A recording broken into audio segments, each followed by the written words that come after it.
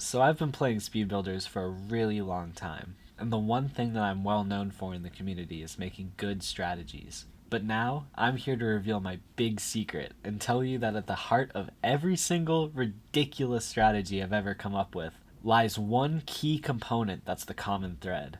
If you internalize and master this component, the only thing that stands in the way between you and making the fastest strat in the community is your own creativity. Before I reveal this grand strat making component, we're going to do a little case study that exemplifies this phenomena perfectly. I'm going to show you two strats that will end up taking around the same amount of time to complete, and you're going to take a look at them and tell me which strategy you think could theoretically be faster and why.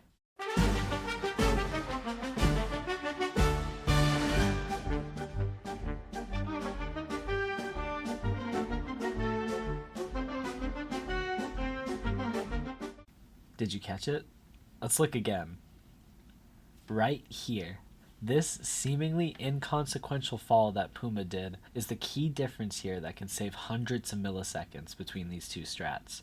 The reason for that is when he's falling, he can't be placing blocks. That changes how often he can be doing something useful during the strat.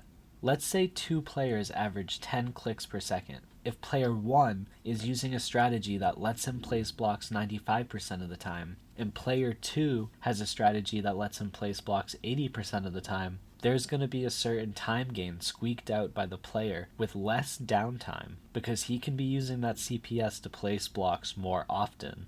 So, my big secret as a strat maker is that at the heart of every stupid looking strategy I've ever created lies my attempt at minimizing downtime by making every movement of the player count towards finishing the build.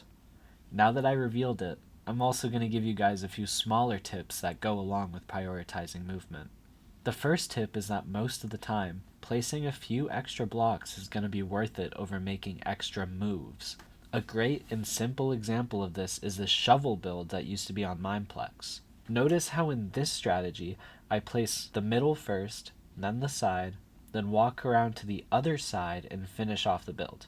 It feels unoptimized, right? Well, look at this next clip. Here, you can see that I'm purposely placing the first block in a spot it's not supposed to go. So, I then delete it after and finish the build.